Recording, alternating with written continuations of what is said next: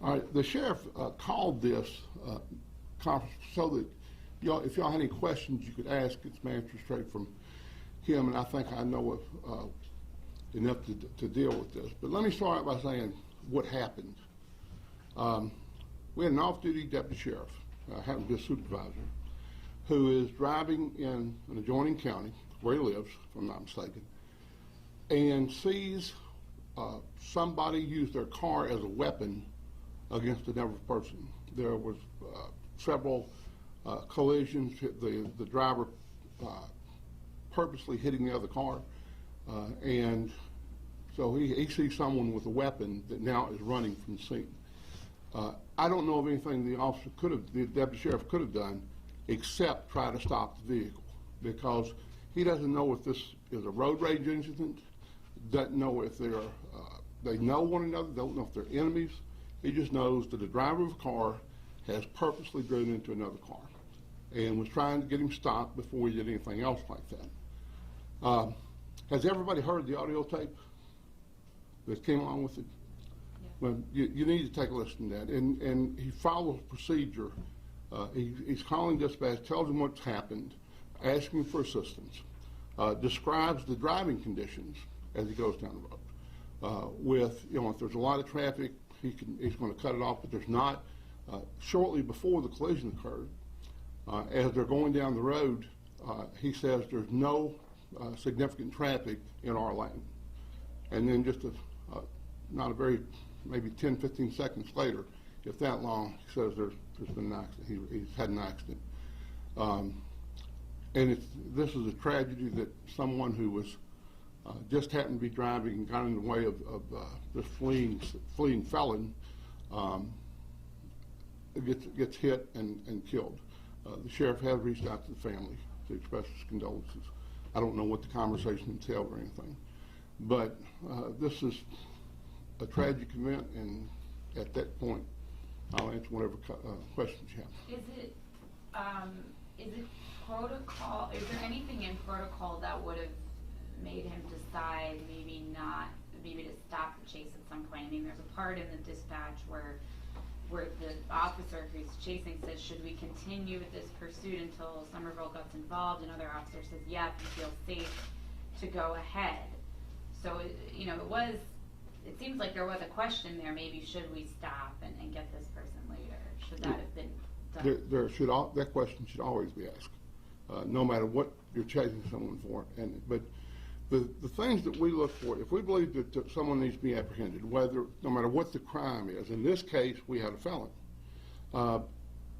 We in the policy and what we teach is if it appears safe, if you feel like you can proceed, then go ahead and pursue. But it's also in the policy that if any officer decides to break it off, he cannot receive any disciplinary action, no matter what happens after that. The sheriff encourages people to use caution. I mean, and we follow the academy standards on that too. We are trying to catch someone, and our primary goal during this is about like when we take our weapon out of the holster to apprehend someone, that you want to make sure that nobody else gets hurt. And in this one, that control was taken out of our hands when this guy ran through a red light and T-boned the pickup truck. But all those questions, right? That's one of the reasons that you hear on the tape the driving conditions, and you'll hear this on pretty much every one of our pursuits. I'm behind this type of car with this tag number, pursuing him. He just committed this crime. The traffic is light. The weather is clear, or if they come out and say the road's too wet, there's too much traffic, it's 4 o'clock in the afternoon on I-26, I'm going to break off the chase. Whether or not we have identifying characteristics or not, like a tag number or description of the person in the car, you can break the chase off depending on the conditions. But nobody knows those conditions better than the person that's actually doing pursuing. Well, is this being is this being reviewed? Will there be a decision made if maybe it should have been broken off earlier? Absolutely. We actually review any chases that we have to determine whether they're necessary. In this case, I think it's apparent that it was necessary. Did the officer follow the procedures, policy and procedures? He did. And we look at his report and the accident report to make sure that we've not missed something. But at this point, we don't believe that Sergeant Bryant did anything inappropriate. Just the accident was caused by the felon fleeing. I mean, we can't let people run without at least trying to catch them if we know they've done something terrible. Just to be clear, he was off duty at the time that he witnessed this? He was. In his cruiser? He was. He's in an unmarked vehicle. How did he know that it was an intentional strike and it wasn't just like a DUI who accidentally struck a car? I think there was, if I'm not mistaken, there were more than one collision. He hit him, backed up, hit him again, and that. He saw it actually. He saw it happen. Yeah, but he saw the event take place, but even if he hadn't, had there been, if it was not intentional, we would have still had hit and run, and we would be looking, to stop them as well. So was it the back and forth that made it that made the sergeant know that it was intentional? Yes. Okay. What has that, I guess you would call them a victim, what have they said about the incident with Andrews? I don't know. They don't know why he was hitting them intentionally? Well, there's, I think, speculation more than actual evidence. But that investigation is being taken care of by the Highway Patrol. So they will be the one investigating it. We'll do, when this is through, we'll do the administrative review of the chase. But at this point, there's nothing that jumps out. And I don't mean to minimize someone dying in the collision, but as far as our policy and procedure, Sergeant Bryant is following very well. What about once it got up to 70 miles per hour? Isn't that, would that have been a consideration to maybe stop? It would have been on a side street, but the street that they were on, and remember he said traffic is light, or something along those lines. If it was heavy traffic, yes, that would have been a sign where I believe that you would have found Sergeant Bryant to cut the chase off. But it wasn't heavy traffic, and the speed limit's 45 when there's traffic. But if there's no traffic on there and you're chasing someone and he's driving 60 or 75, you pretty much have to follow a sweep. So, can you tell us about Sergeant Bryant and his experience with the sheriff's office? sure. If I'm not mistaken, he started jail, didn't he? That's correct. He, like Major Watson, started his career at the jail because he wasn't a certified officer. He eventually came over here and became a deputy sheriff on the law side, has been promoted to sergeant and in a competitive process, and is now one of the supervisors in the detective office. How long have you been with the sheriff's office? Eric will get that for you. Do you know when he was promoted or anything? How long ago? No, it's been a couple of years if I'm not mistaken. He's not a rookie supervisor. You said the sheriff met with the family. No, I said the sheriff contacted the family. I don't know if they actually had a meeting or talked on the phone, or I don't know what. He just wanted to call and express his condolences. Okay, so we don't know how the family kind of took the news, or No, ma'am. Okay. What are the, do you, was there anyone else in Sergeant Bryant's car when this happened? No. So what are the rules that dictate, if there had been someone in his car, would he have been able to go on the chase? How are the rules for these? If he'd had even a civilian in his car, Yeah, like his wife.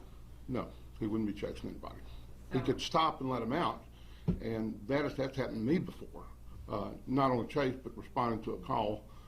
If you have someone in your car and something goes, like I said, it was another county employee, but not with the sheriff's office, or even for a civilian, I would pull over and let him get out of the car and then go to what I needed to go to. But no, if he didn't have anyone else in the car, and that would have been a determining factor whether he would have pursued the vehicle or not. Have you all been in touch with Dorchester County Sheriffs as far as, because the crash was in their jurisdiction? I think we were at the scene, Right. and I'm sure there's been some interaction between us on this. I mean, it happened in Dorchester County and Somerville as well, if I'm not mistaken. But the Highway Patrol is the component here that's most important. And I'm sure they've been in touch with Dorchester County and Somerville as well. So they're investigating the whole chase or just the initial hit and run, Highway Patrol? I think they're investigating both of them. Now, is that because it was a Charleston County officer involved, so it needs to Yes. be another agency? The first act was not, we weren't involved in, and anybody could have investigated that, including us, if it happened in Charleston County.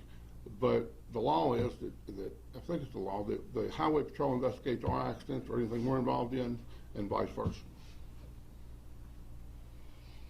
Is this going to change anything about the way deputies moving forward assess situations and if they should or shouldn't chase? I think we all do that. I don't think, that's one of the reasons for the reviews.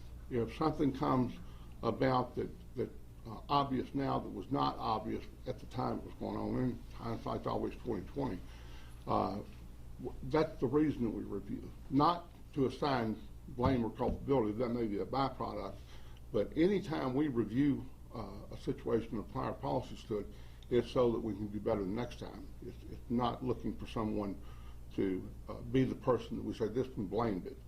And we do things wrong occasionally. But in this case, on the surface, it seems like Sergeant Ryan made all the right decisions, but unfortunately, the felon didn't place any value on his life or anybody else's life around him. And you're saying even though he was off duty and he was out of his jurisdiction, because he saw the suspect commit a felony, he had the authority to pursue? Yes, ma'am. If he had not acted, I promise you that we would be investigating that. We can say off duty. We don't have the luxury of when we get off going home and not being a deputy sheriff. We're always a deputy sheriff, no matter what we do. Now, as far as the apprehension, I think Sergeant Bryant was involved in that. We don't have the authority to make an arrest in Dorchester County, but we do because we're civilian. We can still arrest someone that's a felon. But we chased him down and with some help with some other folks, was able to apprehend him. I don't have any other questions, do you guys? Okay. Well, so do criminal charges get transferred to this perpetrator for this person that lost their life as a result of all that? That's going to be a question. We've actually asked that ourselves. I don't think that the solicitor over there has weighed in on that. But that will be up to the Highway Patrol and the solicitor for Dorchester County. I know that historically there have been some cases that did turn into, it's pretty harsh. Felony DUI with the death is going to be a harsh sentence if you convict, and he's probably going to be. But I've seen cases that are similar where they did bring some type of other charges rather than that, like a manslaughter charge, whatever, and I've seen other cases where they didn't. So that's going to be a call for the investigating officers with input from the solicitor for Dorchester. Well, that's a pretty big unknown. I mean, Well, but one of them releases you guys from culpability and so much and puts. well, we're early in the game, though. I mean, it's 2 days past, if I'm not mistaken, and so we've got final decision. We're not anywhere close to final decision on this, but you have to put him in jail under some kind of charges, and those are obvious. Now, if the investigation turns out that they should be different, I'm sure that that's what the folks over in Dorchester County are going to do.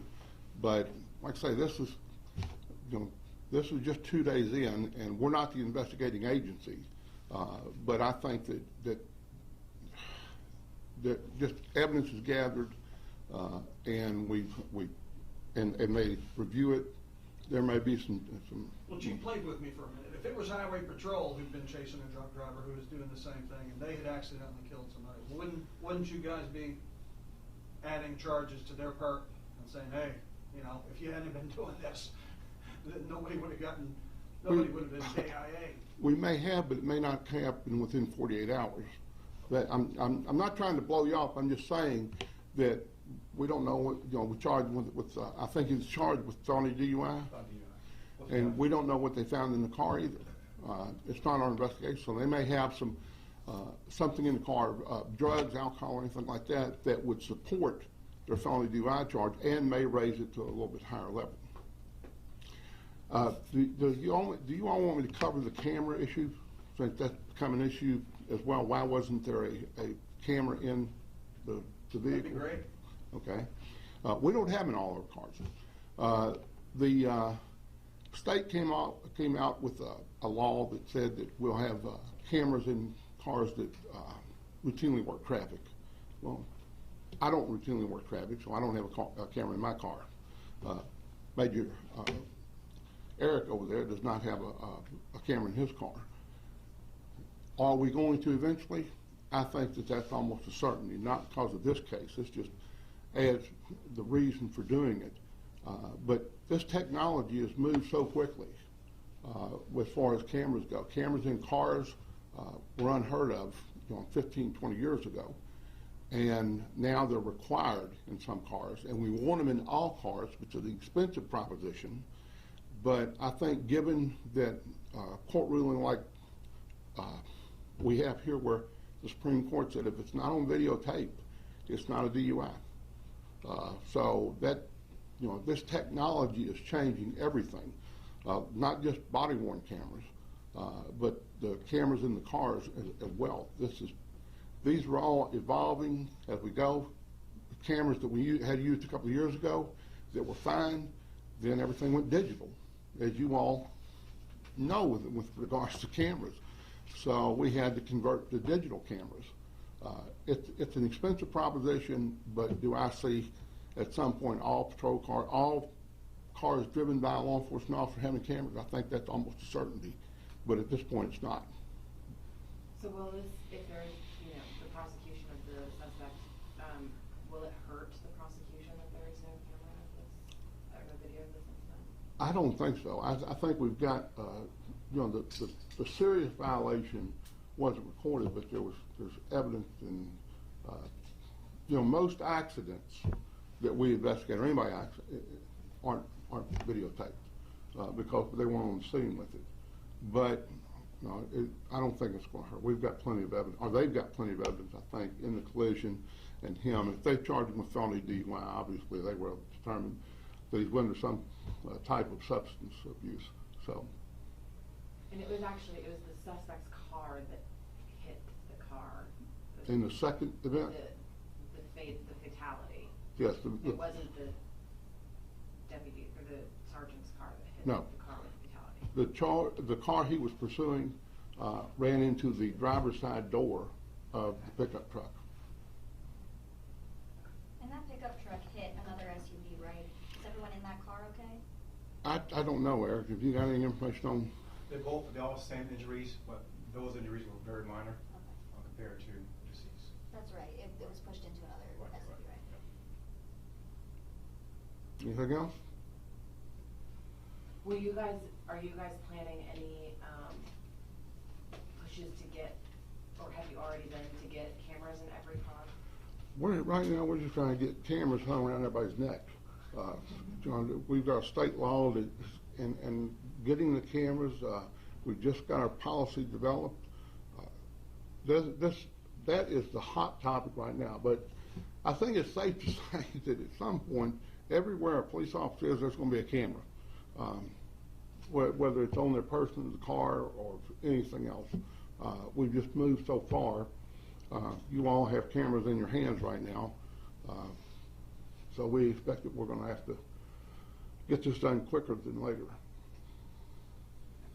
Is your suspect cooperating with Dorchester, or are they trying to help police now, or are they? We don't have suspects in this case. I'm going to say your perp. Is your perp cooperative? Is I don't know about why he's acted this way, or? I'm sure that somebody's going to ask him. I don't know if we haven't received any information on it. And I'm not, like I say, I'd encourage y'all to contact Bob Bear with the Highway Patrol to get see what they've got to say on this. But I don't know whether he's being cooperative or not.